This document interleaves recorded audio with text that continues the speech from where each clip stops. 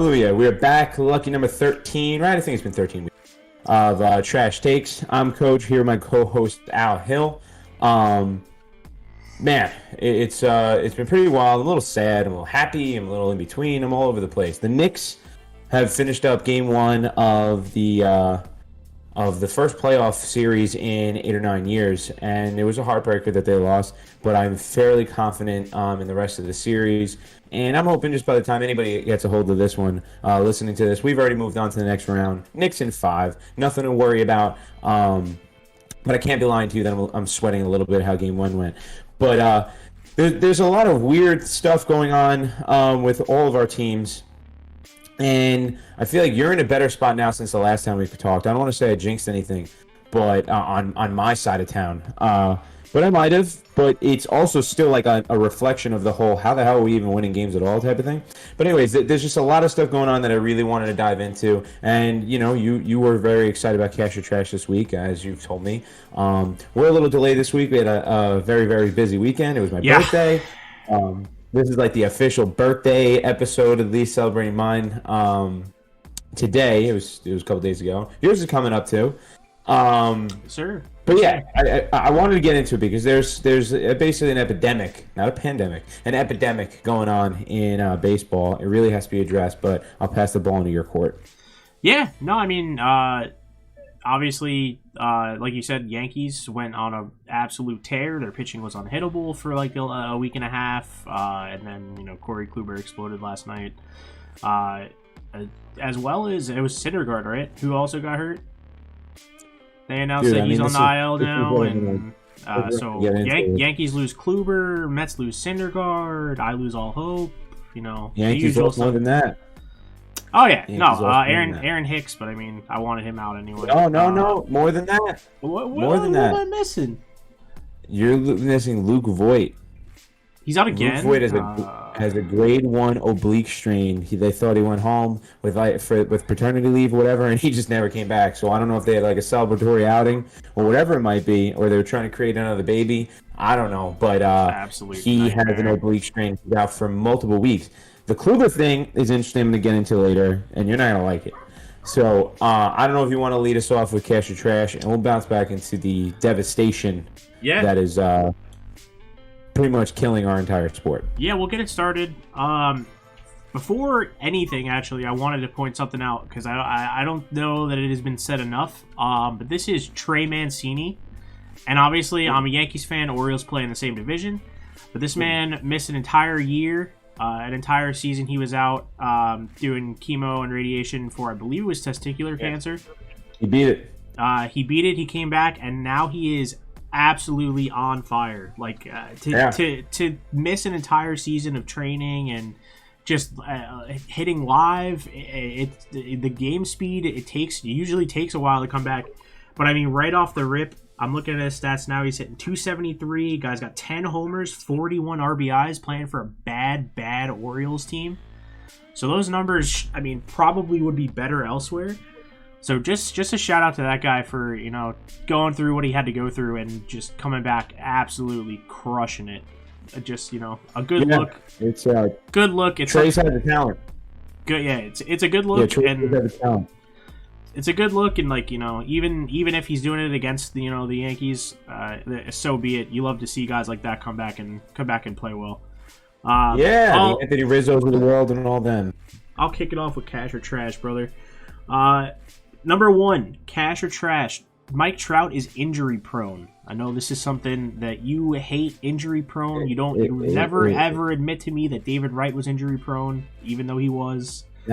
So Mike Trout went down again. This time they said like 6 to 8 weeks, right? It's like a long period of time. All right, so Cash or Trash. Mike Trout is injury prone. It's there's no other way to put it. It's Cash. How many years straight do we always have to see him leave or lose games or miss extended time for injuries? You know, he'll rattle off some long seasons, 140 games, whatever it might be. And it's true, his 125 to 130 games is better than most on 162 and beyond. But come on, the guy ends up landing on the IL more often than not, or at least one significant length of time per season. Honestly, it might even have something to do why the Angels fall into a spiral besides not being able to pitch out of a paper bag. But yeah, Cash.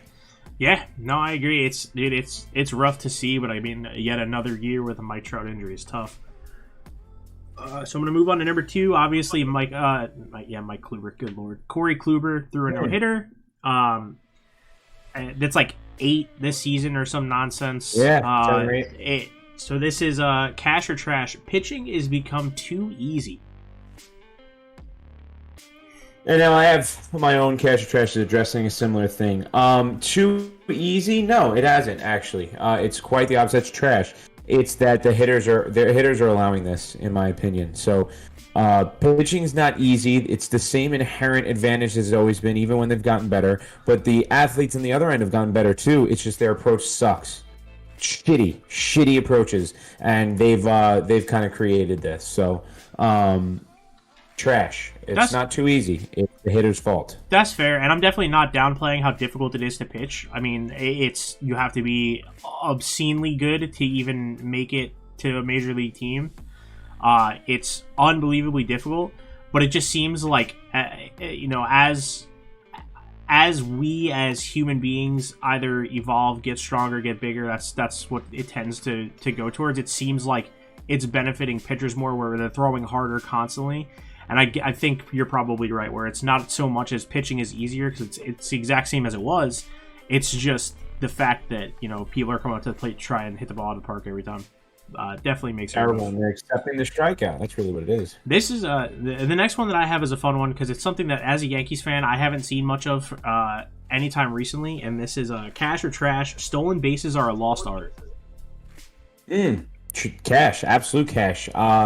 It seems like if you got a speedy guy, honestly, can I be honest with you? It looks weird nowadays. Right? It looks weird. Listen, I'm a Jose Reyes guy. I grew up watching Jose Reyes in his prime.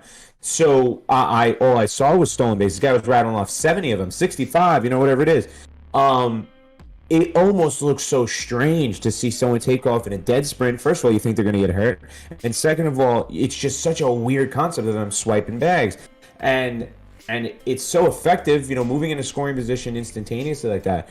But yeah, man, absolute cash on that. It's a lost art, and when you have a guy with speed, it's like he's an alien, from outer space. It's wild. Like, I mean, the Yankees have had Brett Gardner and Jacoby Ellsbury. They're like the only two people that I remember, being able to consistently steal bases recently. It's not a good look. I was looking at numbers and I saw Whit Merrifield.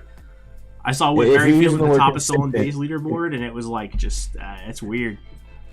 Yeah, Whit's a good player, but anytime you have these speedsters, it's like I don't even know what I'm looking at anymore. It feels like it's been 10 years since we've had that prolific guy, which is not true. They're sprinkled around the league, but like, damn, it really is a lost art. Yeah, but even like you look at one of the more recent seasons that you think about where like it was one of the first couple years Mike Trout was in the league and he had like 40 stolen bases, and we were like, oh shit, this guy's gonna steal a lot of bags.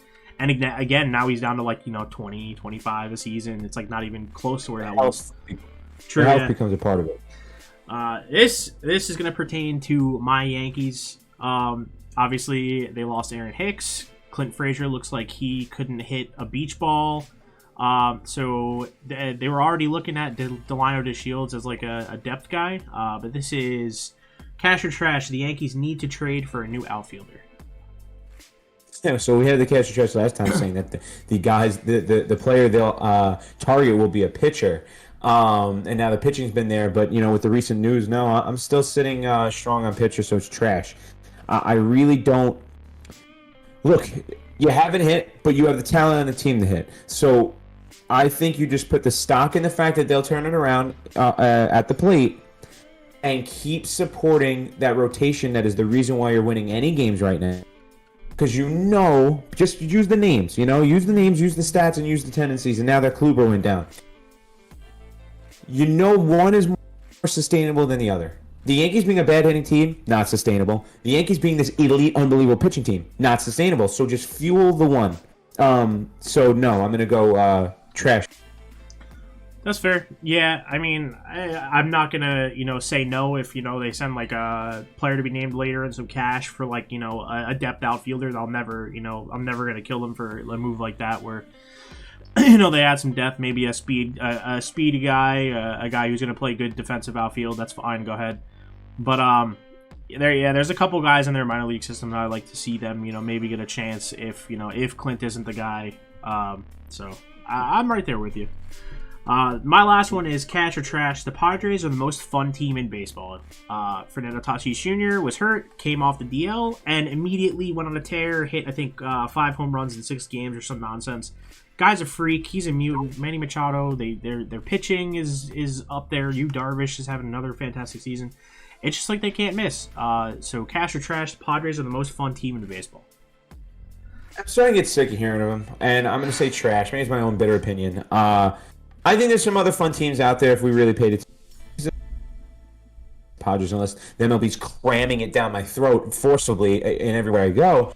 But you got to look around the league. I mean, as long as Shohei Ohtani's playing with Mike Trout, he's got to be healthy, obviously. But playing with Mike Trout, I mean, that's a fun team over there. As long as you have the White Sox, your dark horse team, who had the best record in baseball, and they have young studs. They have endless list of young studs over there. They're a super fun team.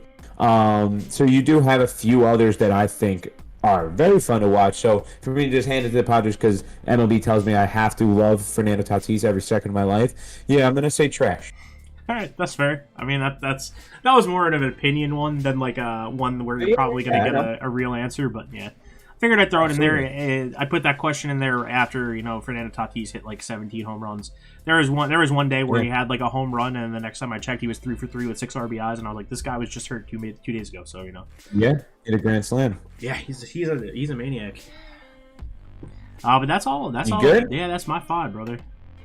It's not bad. I'll try to mix them up. Mine's right off the bat. This is a big controversy last week, but it's like overlapping. There's still hate on it. And give me your full encompassing opinion on everything that was attached to it. Cash or trash? Yermin, it's actually Mercedes. Yermin Mercedes hit a 3-0 home run off a position player while they were up 11 runs in the 9th inning. That's it. That's the statement. Cash or trash? It's cash. I've said this before. Yeah. Listen, I've seen the Yankees come back from, I think it was down 8 in the 9th against the Orioles. No lead is safe. Yermin Mercedes is a young kid. He's trying to go out there. He's trying to prove himself. He's hitting 350, 360, whatever he's doing right now. He's doing a damn good job. Just let the guy fucking play. You think those position players are gonna be like, fuck my ERA? Like, no, they don't give a fuck. They're going out there. They're on cleanup duty. It is what it is. This is more. They don't want to be out there. Yeah, but this is more. This is more of those unwritten rules where it's like, take it easy on the position player pitch, and it's like, nah, fuck it. The guy, we're all gonna laugh when he strikes somebody out anyway. At that point, it's a laughable game, most likely anyway, right? If he goes out there and he gets a strikeout on Yermin Mercedes, all of a sudden everybody's like, look at fucking Yermin Mercedes, bitch struck out. Like, I'm not. Shut up. Just let him listen. It is what it is at that point. You're absolutely right, because at the end of the day, there's too much money in this game to not pad your stats. Yeah. I don't care what. There's too much money in this game. Bro, if Yermin Mercedes at the end of the year, could you imagine that guy gets to the end of the season and he has 97 RBIs, and that's the reason he misses out on like a $2 million clause or something? Come on, fuck it. Yeah, not even just a clause. Not just a clause. Like when you start to go into contract negotiation, you're like, hey, that guy won an MVP, or that guy's a year where he led in home runs or RBI. So it's like, listen, there's too much money for you not to reap every opportunity of success. So you know what? Yeah. I'll put that to bed. Yeah, it's cash. That's fine. Fuck it. Oh yeah. So I'm going to switch it up because I can't just keep it one straight line.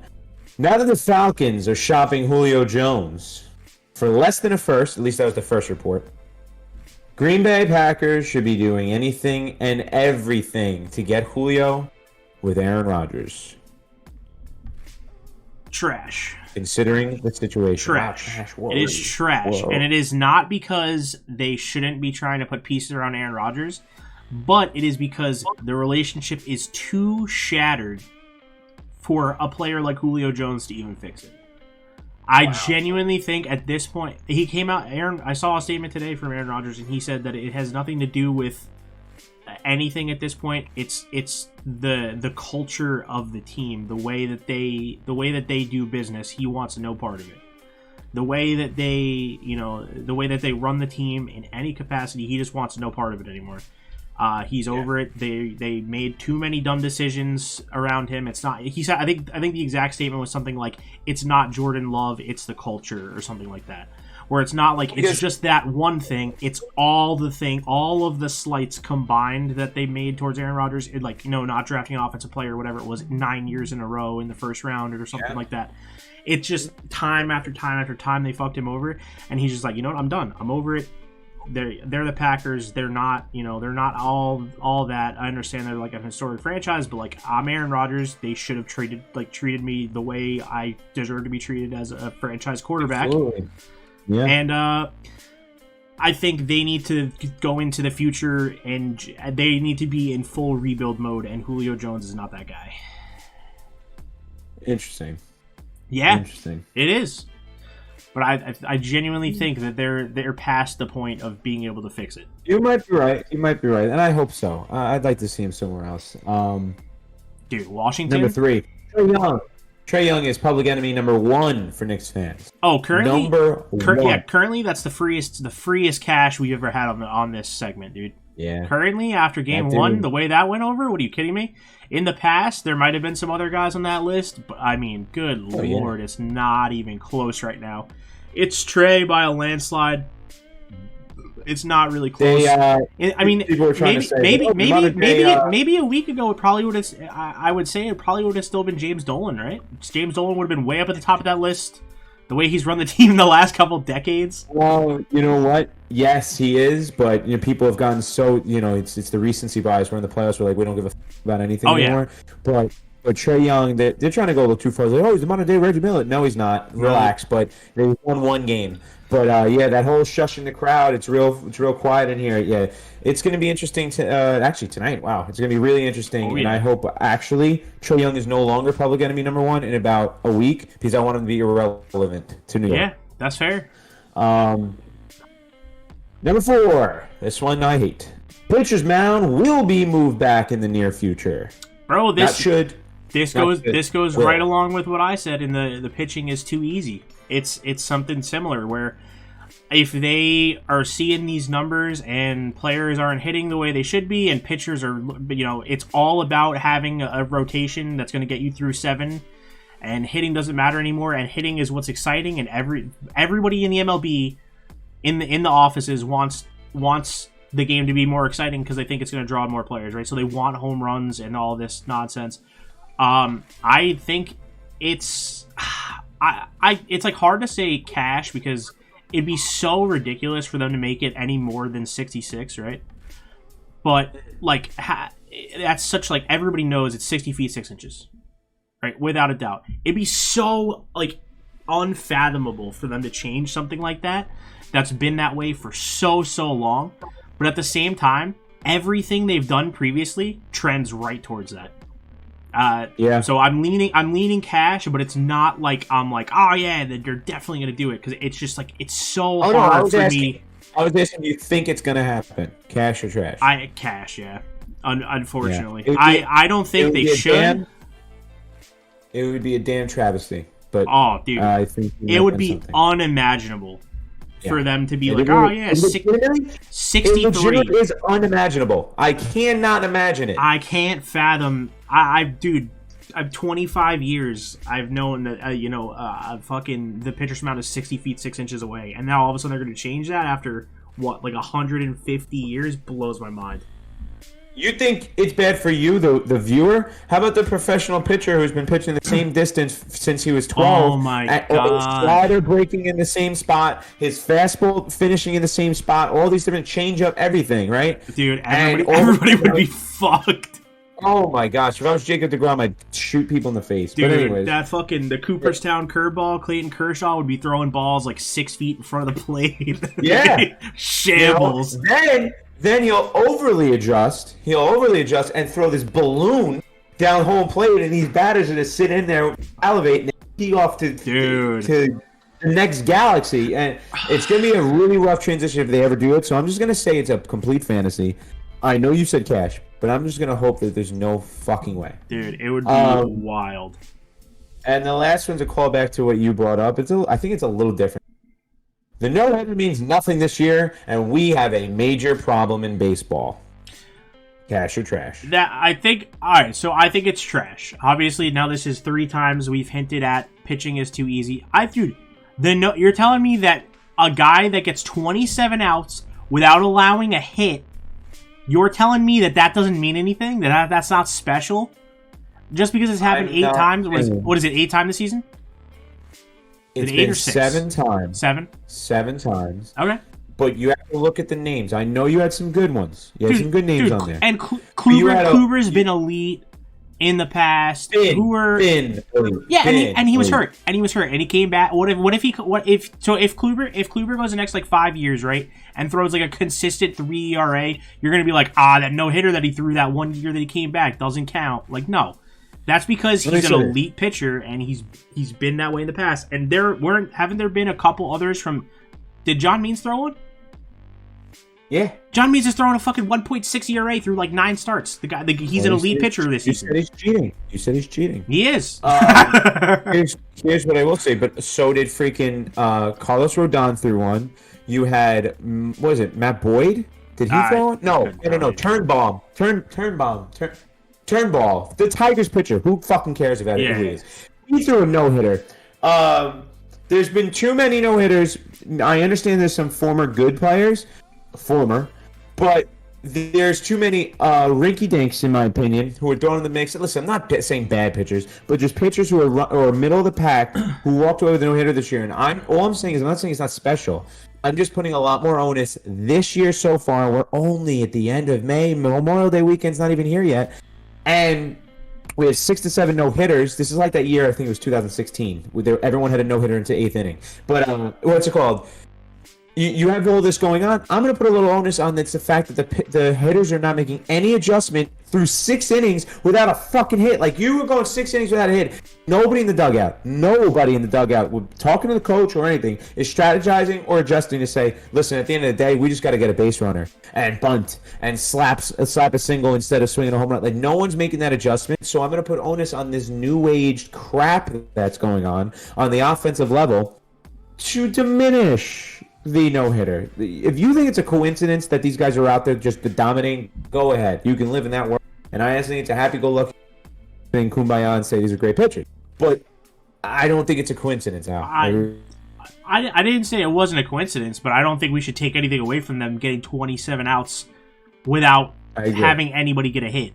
I don't think it's fuck that, that you can't just be like, that doesn't count because it was that year where, I didn't say that. Where everybody's trying to hit the ball to the moon. I don't even remember the way you phrased it. But I think you actually said perfectly pinpoint accurately to what I said. It doesn't count. No, I'm just diminishing it. That's all I'm saying. I'm not saying you sucked that day. You obviously pitched fantastic. I'm just saying we're not going to be looking back and be like, that guy, and as that game says, I don't know. That's my take from it. Yeah, no, I mean, I get what you're saying. It's like, they're in a different era, 15, 20 years ago, maybe one of those no-hitters is different because, somebody tries to get a bunt single or, there's more slap hitters, you're facing a Derek Jeter who's going to hit the ball the other way for a single or whatever. And, this helps them, but that doesn't mean that the no-hitter isn't impressive. It's fucking impressive. It's happened 7 times in what? At this point we played 500 games this season. No. Yeah, that's 40, a random number. I can never confirm or deny. Fucking a ton. A million games. 7 out of a million. But dude, listen, they're good fucking pitchers, like you said. I mean, Kluber means Rodon's been good. They're a bunch of them have been good pitchers. I don't think I understand where you're coming from. I don't know that I necessarily agree. I think we got to give it to him. Well, luckily we have a segment called Cash or Trash, so you can lean on and say trash. There you go. That's all for me on my end. I know what I want to dive into. It's like I said, it's not a pandemic, it's an epidemic. In the very same sport that we were just concerned might be going through a struggle offensively with these approaches and all that. But there seems to be something else in the water, something else in the air, something going on. It ain't COVID, it ain't strikeouts, it ain't any of that. It's the damn injuries. Now, let me start off and speak on my own team's record and say we might have set a record for most injured players ever, and this is beyond even the 2019 Yankees because we're only in Memorial Day weekend coming up. We have 17 guys on the IL. That's gross. The starters and their depth with starting pitching. Now, this is in combination of guys who got right before the season ever even started, then trickled in all the guys that got hurt from actual playing, and then we have had the freak, like pulled hamstrings and hand sprains and neck and whatever like that, and then you're sprinkling in guys who are getting blasted by baseballs in the face, like freaking Kevin Pillar, who took a 94-mile-an-hour fastball, not to the helmet, not to the cheek, not to a little half this, half that. Nope, directly to the face. And dude, so you have these.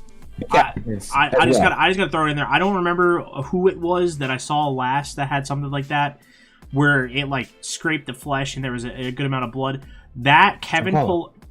No, it was somebody else.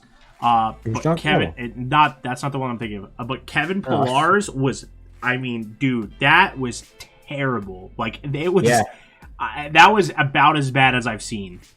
Yeah, no, 100%. That is as bad as I've seen since. I'll say it again. Giancarlo, he took a fastball to the cheek. I think the Mets actually. No, it was Matt Fiers.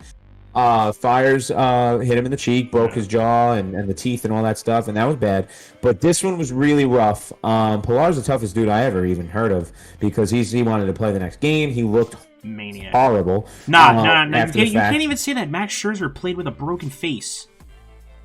Oh please! And then he had like 17 strikeouts. You don't need that to pitch. He had like a fucking broken orbital bone. He couldn't see out of his eye.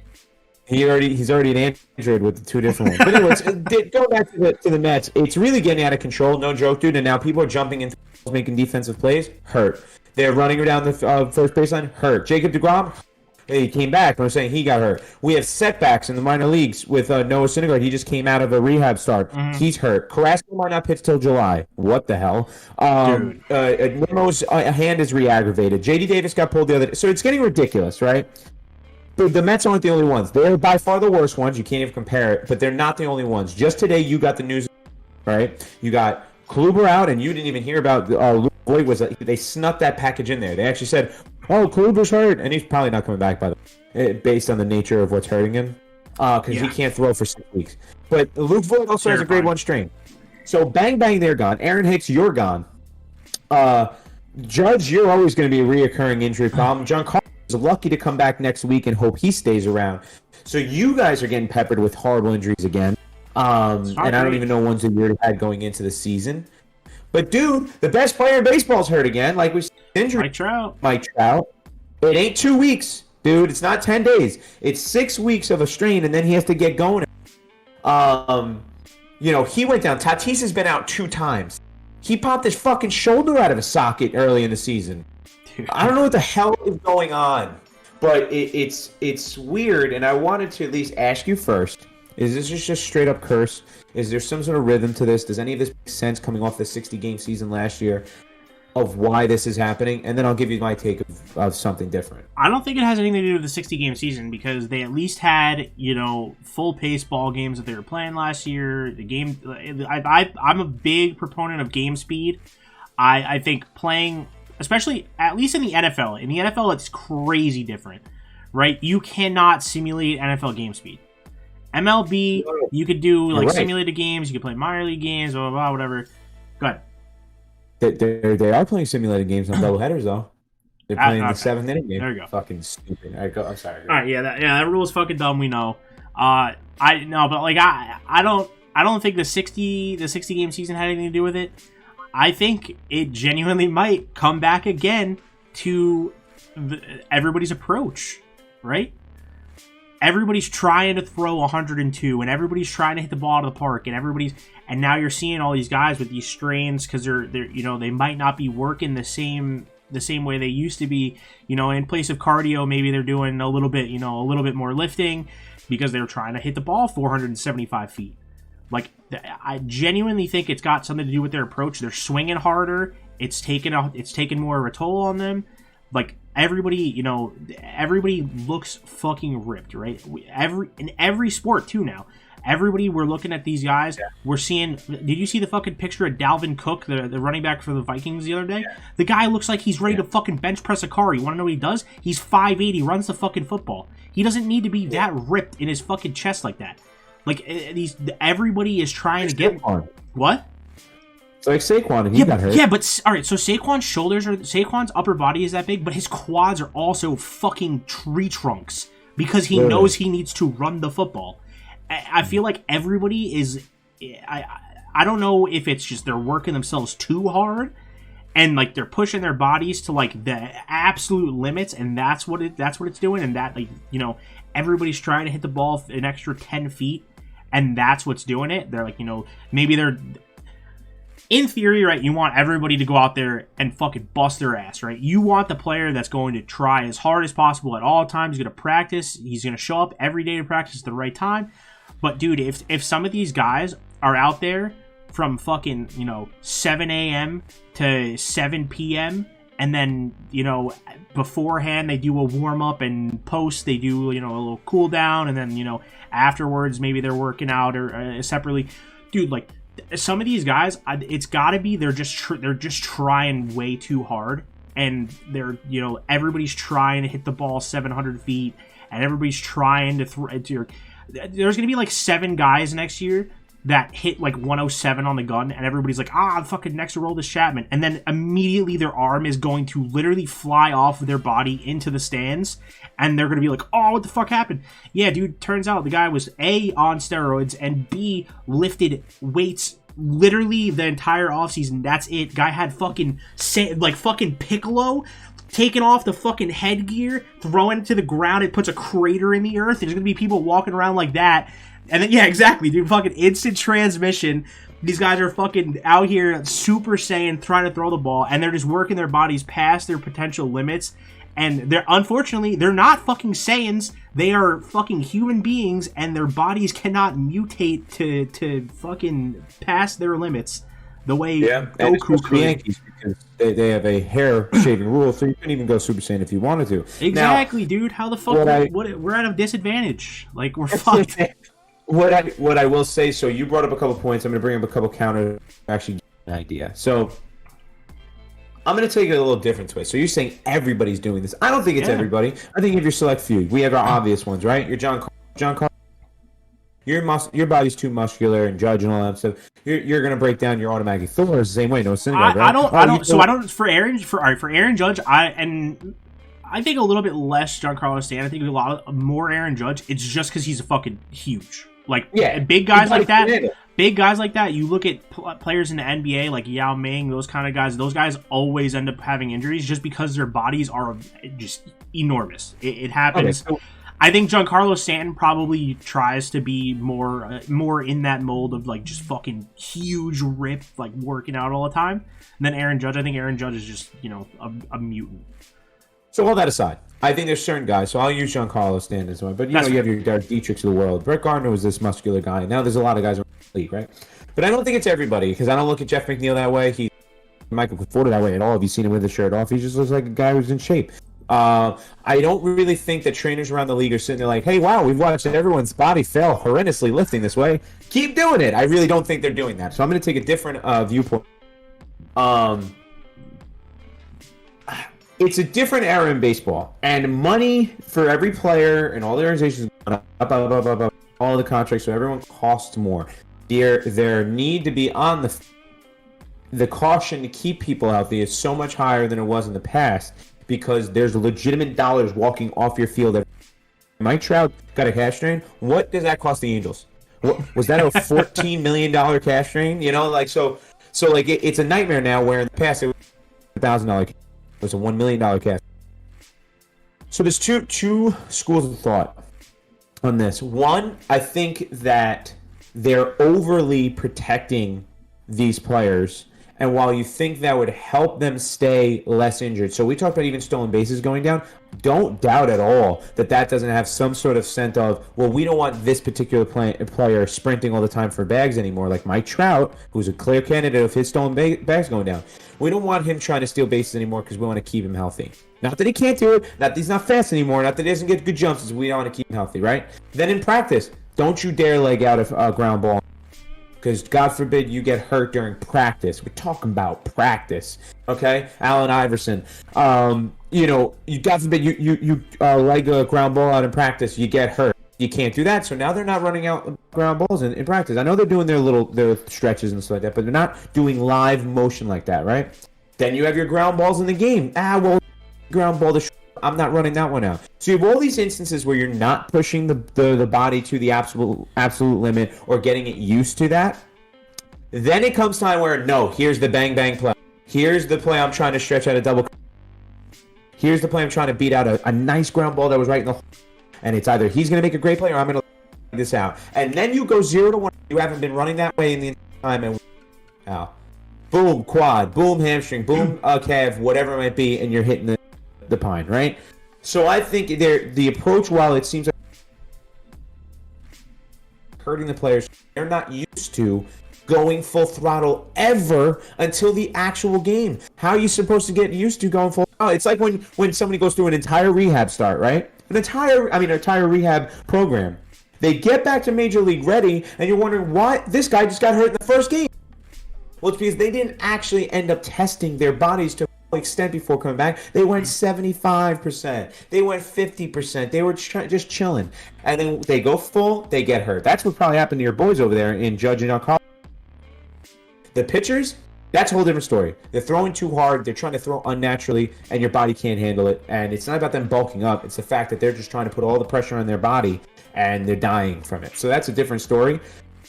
Now, here's another chapter on top of rolling with the money thing and old school guys where you and I are sitting. I don't remember guys getting hurt like this. Straight up, dude. They were tougher, and organizations allowed it. They played through them.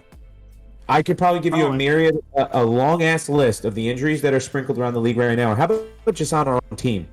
That if I give that same list of what this guy was feeling 15 years ago, he'd be playing in the game. Probably stupidly. But he'd be playing in the game. Dude, you think a calf strain is keeping Paul O'Neill out of a game? Like, get the fuck out of here. Not. Or an oblique, not that you can play with an oblique, but like, think about how long it took for us to ever hear about the oblique injury. Being honest, right? Mm-hmm. All of a sudden, it popped up out of nowhere in 2013. The oblique injury, we're like, what the hell? What the hell was happening here? We're thinking in our heads, like, was he doing crunches and he hurt? We didn't hear about it that much because I don't think it was keeping other guys out previously before that. I think people were playing through back spasms and obliques and strains and all this different stuff. That there's no way in hell a team would let a guy play for even 5 seconds with anything hurting because he's getting paid way too much damn money. Or maybe they're actually smart. It's because we've seen other people get really hurt play through some injuries. But the bottom line is I think that's the big combination. It's teams don't take any chances anymore at all. And, guys aren't practicing going full throttle. What happens when you don't practice something, Al? You fail when it comes to the big time, Yeah. No, dude, I actually like that a lot. I think as you were saying it, I started thinking about it, and it's probably a good combination of both, right? Yeah. Where these guys, I quite honestly I was pissed. I guess I did. I guess I missed that part, but I mean, like, you have these guys that are fucking like muscled out of their mind. Everybody is swinging like. You heard it when the Mets fired their BP guy or their hitting coach, right? And they were talking Chili Davis, and they were talking about how he was like telling them just fucking hit the ball a mile in BP. Stuff like that is like you see it in the home run derby. People in the home run, you go into the home run derby, and towards the end of the home run, they can't fucking swing. So you got Chili Davis having these guys swing the bat a million times, and then they come up to the plate. They gotta swing. It takes a toll. It's not easy, and you're gonna have injuries like that, especially if in BP they're trying to see if they can hit the ball out of fucking Citi Field. Like it's gonna catch up with you, and I think you're 100% right. So I think a combination of the two definitely makes sense. Where these guys are trying to hit the ball 8 million feet instead of playing to hit the single. It goes right back to my fucking cash or trash, where pitching is too easy, and you said it was the approach. The approach, they're trying to hit the ball a million feet every at bat. They're trying to hit the ball into the fucking next county, and it's not just the at bat. It's not just every at bat. I'm okay with you getting a. No one ever cares that somebody took their good hat there, maybe even 2.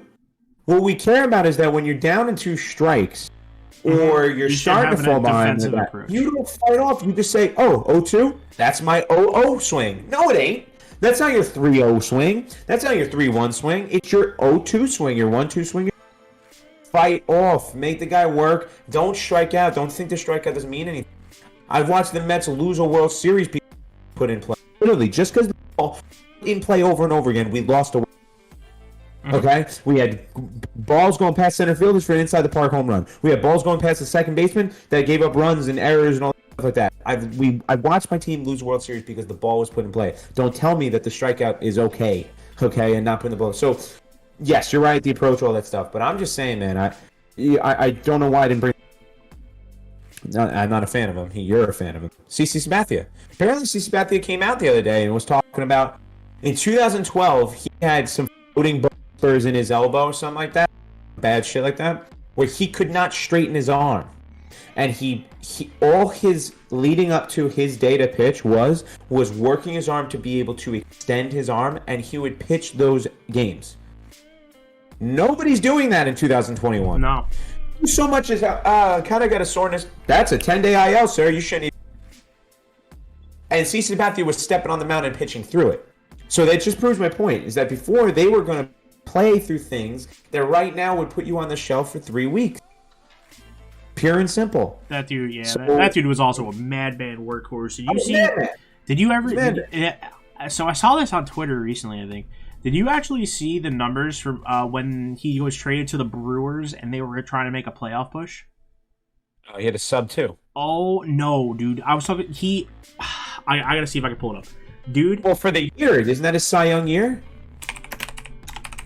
No, he had something where it was something along the lines of he pitched 12 starts and threw like 100 innings and 9 complete games in 12 starts for the Brewers.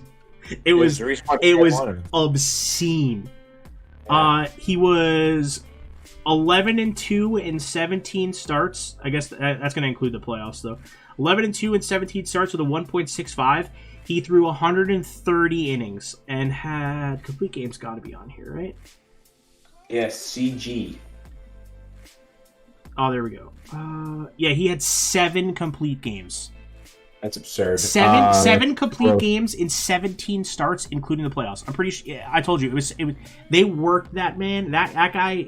He was a different breed. That guy was a mutant. He was also drunk on the mound for a significant portion of his starts towards the end. It was wild. Yeah, I think. What a fucking roller coaster ride. Traded for that guy, won us a chip, put on the ring, never put down the bottle. But do you see what I'm saying, dude? I do. Like. It's so pretty much everything we did address in this episode. There's no way it's just one. Yeah. No. But like it's not just one. But every flaw we're seeing happen in this game, it all has to do with approach, in our opinion.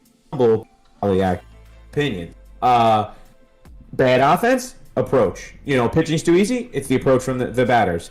You're getting hurt. I think it's their approach of how they're trying to keep healthy. Not just that the trainers are telling them to do stupid shit. That's not it. In fact, they are never getting used to going 100%. So why would you not get hurt when you 100%? It's almost like a guarantee. So, yeah. Let me tell you, man. And maybe too. I could attest to this. I fucking haven't thrown a baseball in years. I went to Dave & Buster's today. They had a game where it's based on, you get a multiplier for accuracy based on a strike zone, and then it's based on how hard you throw to set the high score. My arm feels like it's going to fall off. I probably threw like 30 pitches. So yeah, you need a paramedic. Paramedic close to you. It's just, dude, same thing with pitchers. I don't know what they're doing in their bullpens, but I like to imagine they're not throwing as hard as. So if they're not, they go through their bullpens, and all of a sudden Jacob deGrom gets on the mound and he starts 101 in his game. Well, you didn't get your arm ready to throw. I mean, like, used to throwing 101. You got used to throwing 94. So it's like I don't know. It's different pitchers, but I don't see it changing if they baby these players, and I don't see them stopping the babiness as the money goes up. So we might be in a real bad situation here. Yeah. No, I mean, you're not wrong. It's it could be wild. I mean, I grew up in that era where, I mean, Derek Jeter didn't miss a game fucking ever until he broke until he broke everything. Until he broke his ankle. And then it's the same thing, like Mariano Rivera never missed an outing. That guy, to be fair, the guy probably threw like 12 pitches a night every third night, but he was just as dominant as could be. But I mean, guys like that, until he fucking tore his ACL tracking a fucking fly ball in batting practice.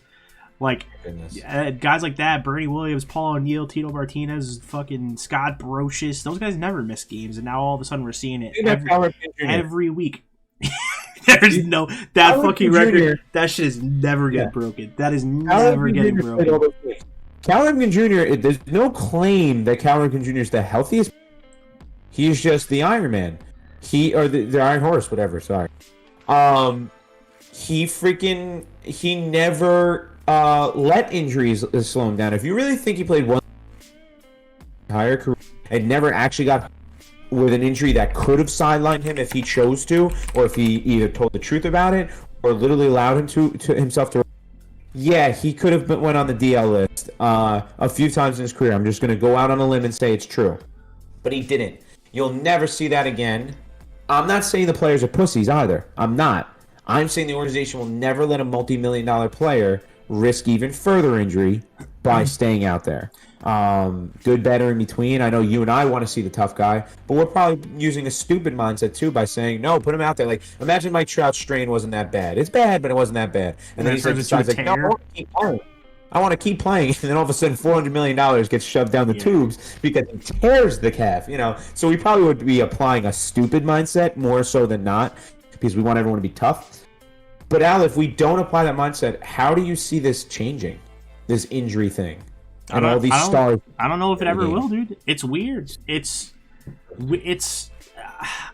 might just be a generational era kind of thing where it's, right now this is how everything's going, and what if, somebody, one of the millions watching is, the fucking trainer for whoever, and all of a sudden they're like, yeah, you're right. Maybe we should take the extra week to make sure that 1 week, DeGrom gets in his 102 mile-an-hour reps instead of sending him out after he throws 3 quarters and he's fucking around, and he's like, oh yeah, man, it feels pretty good. I think I'm good to go. Send me back in there, and then UCL, and so let's not even say it.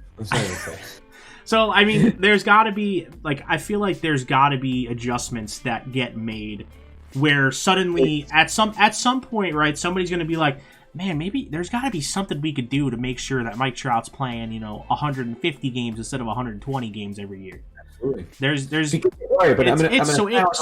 I can't give you. There's no way I can give you an answer that's either A, realistic, or B, going to happen. But I think there'll be some combination of some shit where they're like, oh yeah, you know what? Fucking all our guys keep getting hurt. We gotta change this. What is not the answer, Al? I'll give you what's not the answer. And I got to sound off on this because the Knicks start in 8 minutes. Yep. Giancarlo tried it, right? He did the yoga. He did the crazy massages. He did whatever. He thought that it was the way he was training on the physical aspect that was the issue. He proved basically me right that it has nothing to do with that. It's the fact that Giancarlo is not just practicing going full throttle playing the sport of baseball. Mm-hmm. So don't baby them. Let them go. That's football, baseball, basketball. If they can't handle it, they're not professional athletes. Get them ready to practice full throttle. They'll be able to handle full throttle in 100 rests and that. And that is that. This is fair. Dang. That's solid. Yeah, like you said, Knicks started in about 10 minutes. Game 2. Yes. We figured Julius Randle going to shoot more than 12% from the field today. So actually, my tweet for my birthday was. Oh yeah, I saw that. That was today, good. Julius Randle's shooting percentage was my age today. 26. And it was 26. So it's solid. Bad, but listen, it's behind us. It's a wake-up game. It doesn't matter. It's behind us. Just go New York, go New York, go. Got to throw this in before we completely close it out, because as soon as you said it, I was pretty sure you were a fucking idiot. You said that Cal Ripken was the Iron Horse. Do you want to? No, it's an Iron Man. No, and then you said Iron Horse after that. Do you want to fix? Yes. Do you want to fix that? And do you know why it's so fucked up? It's called being right the first time, and then just sprinkling in some trash takes after the fact. You gotta deal with it. And are you aware of why that was so egregiously wrong? Because Lou Gehrig is the Iron Horse, not Cal Ripken. And with that, we're out of here. He broke the record. Yeah, no, sir. Lou will always be the Iron Horse, man. I'm out of here. I'm done. There it is. See you later.